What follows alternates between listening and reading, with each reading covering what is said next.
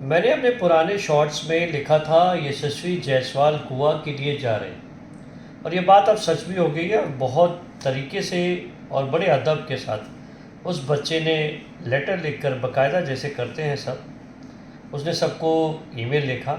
और उसमें ईमेल में लिखा, थैंक यू बोला, सबको बोला।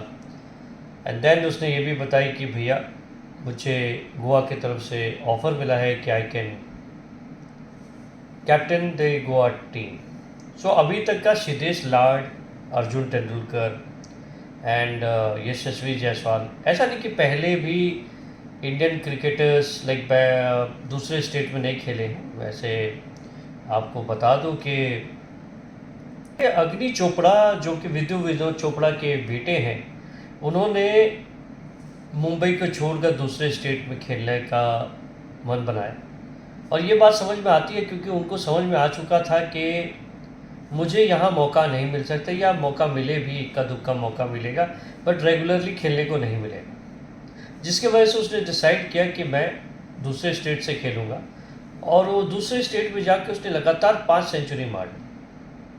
बट देखिए वो रेकनिंग में क्यों नहीं आई, क्योंकि वो मुंबई, यूपी, बंगाल, उत्तर प्रदेश, पंजाब, बाकी जितने भी अच्छे, मध्य प्रदेश, ये सारे प्लेयर, हो हल्ला हो चुका कि भैया यशस्वी जायसवाल अपने पैरों पे कुल्हाड़ी मारे।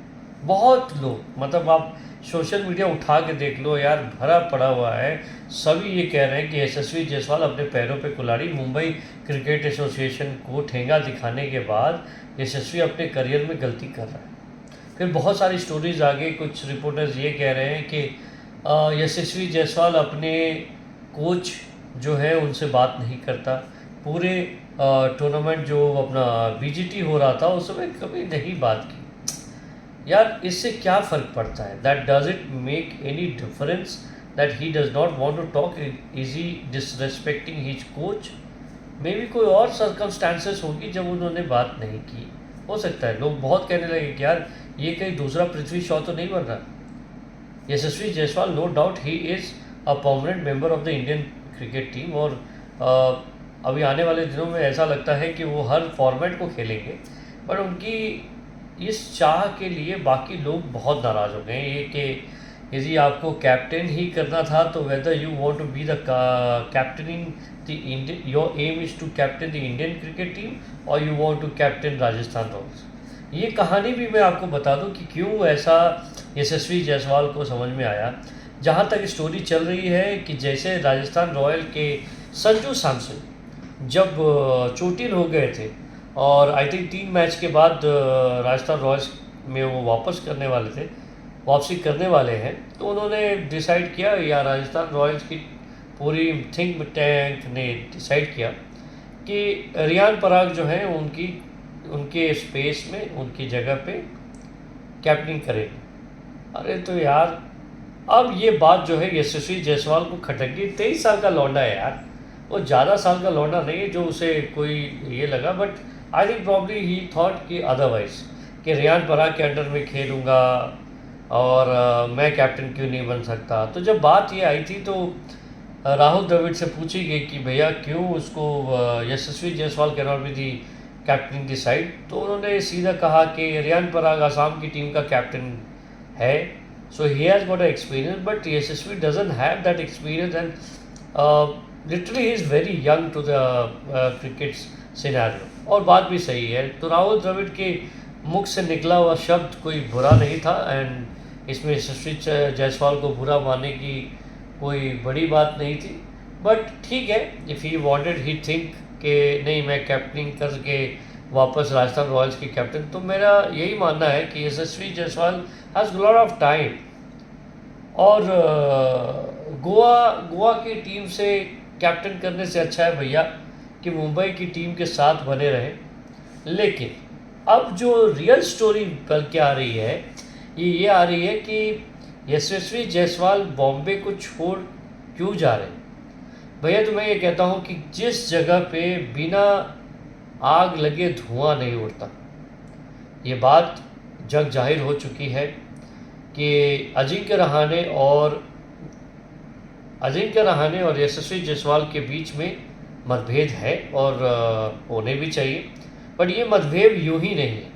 आई थिंक एक सही मुश्ताक अली ट्रॉफी का एक मैच था जिसके अंदर इनका मैच चल रहा था और Yashasvi was bantering, he was sledging the other player, which Ajinkya Rahane को उस समय ऐसा लगा कि he is going out of the way and he is doing too much, और वो दायरे से बाहर था।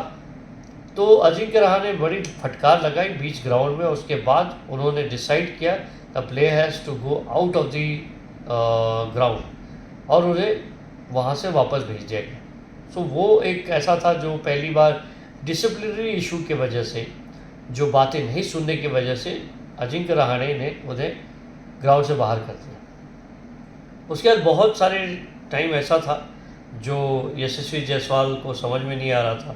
एक बार तो ऐसी हुई कि मैच के अंदर जब मैच चल रहा था उन्हें बुलाया गया, सारे बड़े प्लेयर्स जो थे अपनी स्टेट टीम के लिए खेल रहे थे और पूरी टीम हार जाती है, जो कि JNK से हार जाती है। उसके बाद यशस्वी जायसवाल को इतना गुस्सा आता है कि उन्होंने अजिंक्य रहाणे के किट पे पैर मार दी। तो ये सारी रिपोर्ट हुई हैं, तो इससे पता चलता है कि how Yashasvi Jaiswal is not in his comfort zone, he is not willing to be the part of MCA, even MCA is not supporting.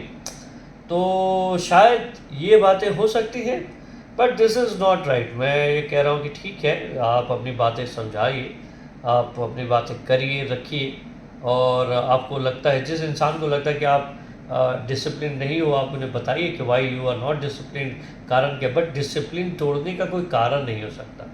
If you are a sports person, you should be discipline enough to be serious with your job. आपका काम है सिर्फ खेलना, practice करना, and then you have to do your best. मैं बताता हूँ, Indian circuit के अंदर आना बहुत आसान है सर, बट सस्टेन करना इतने साल, जैसे विराट कोहली ने अपनी ज़िंदगी के 16-17 साल, तेंदुलकर साहब ने 20 से 25 साल लगा दिए क्रिकेट को।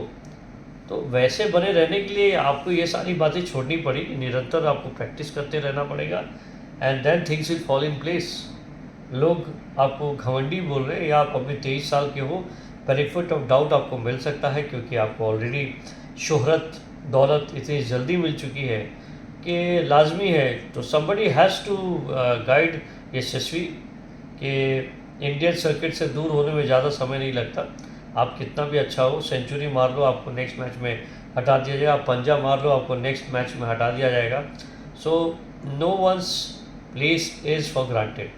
सो Yashasvi, take care and hope everyone have liked my video. Please do like, share and subscribe. Thank you for